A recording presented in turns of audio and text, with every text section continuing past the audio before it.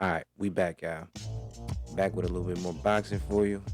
All right, we're gonna be just beginning off with this Loma Teofimo fight, man. Like my prediction was on point. Y'all gotta give it to me, man. My prediction was on point. My man Tio used his boxing, right? He used his boxing like I said he was gonna do. Um, it was a little bit more dominating than I thought, though, right? I think everybody else feels the same way too. Now, in my opinion, I'm just gonna give uh, Tiafimo 7 rounds because the second round was debatable and the seventh round was debatable. So in that case, you just gotta give him all 7 rounds. If they're debatable and you're going against a champion, the world champion, arguably the best pound for pound boxer, and in boxing now, you understand what I'm saying? When you have those feats and you making rounds debatable, those rounds are gone, bro. They're not yours anymore. They're Tio's, right? So, and then again, this is my opinion. So he won the first 7 rounds. After that, Lomachenko started to pick up. You know what I mean? He was able to find some shots, but in my opinion, I think that he was now taking risks that he didn't want to take in the beginning of the fight, because then he would be risking running into a right hand that I don't think anyone wants to run into. So props to Tiafimo for making Loma respect him when Loma was acting as if he didn't even know Loma. I'm sorry, when Lomachenko was acting as if he didn't know Tiafimo. You understand? Who is this guy? Who's this young kid? Who's this and that? And I swear he kept calling Tiafimo disrespectful by the way he was talking, but he was just being disrespectful by his demeanor and the things that he was doing pre-fight, even pre-announcement of the fight. When it was heating up, he just tried to act like he didn't know Tiafimo. So I understand where Tiafimo was coming from, where he's just saying F him. Like, I beat him fair and square. They didn't make a rematch close because they thought I was gonna lose and things like that. Like, I got that. I can understand that. I wouldn't give him a rematch either. But back to the fight now. Like, when it came to the 11th round, I think that was a clear round for Lomachenko. Okay, that was one clear round that I know he got. I'm not gonna say he didn't get any more rounds. I think 8th, 9th, 10th round. Those are also rounds that you can give him because he was able to keep up, and you may have seen a little bit more fatigue coming from Tiafimo's end of the stick, right? Nothing crazy, but I personally think he planned for that.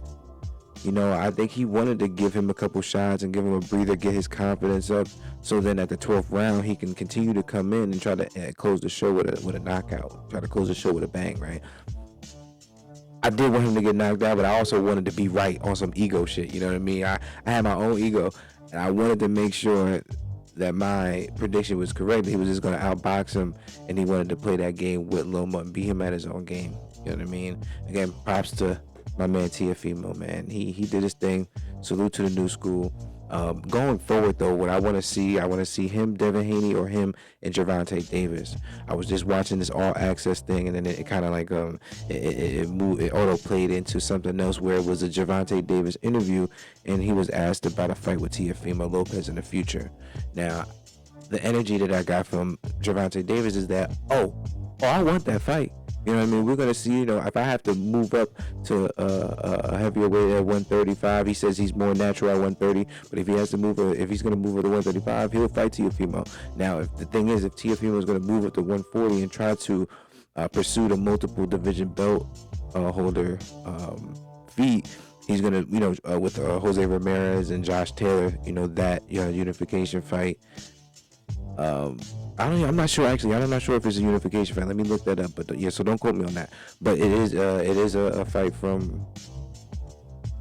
As a matter of fact, it is a unification fight. It is a unification fight. That's right. Okay, so Jose Ramirez and Josh Taylor unification. Then Teofimo is going to try to chase that. I don't really want that to happen just yet. Devin Haney is the other champion in that weight division, and I don't think you really know you're the man in that weight division until you clear it out completely, right? Again, the new school is back, and I think all these guys do want to fight. Hopefully, Bob Arum pushes Teofimo to want to clear out the divisions. I know they were talking a lot about making sure they spread out the money, and it's not lucrative if there's only one champion. That's another video for another day. This video is about the Lomachenko and Teofimo fight and what I want to see in Teofimo going forward. And again, Devin Haney or Gervonta Davis is what I want to see. I'll make a video about my prediction of who I think will win in those fights later on. But we had a good weekend of boxing, y'all. We had a good weekend of boxing. I hope y'all enjoyed that. Again, my prediction was on point, although it wasn't a UD. Although my prediction wasn't a UD, my prediction on how the fight ran or how the fight went was on point. You gotta give me that. With that, man, I'm out of here. You already know what it is. It's VAR World Boxing. The change you want to see. We out of here.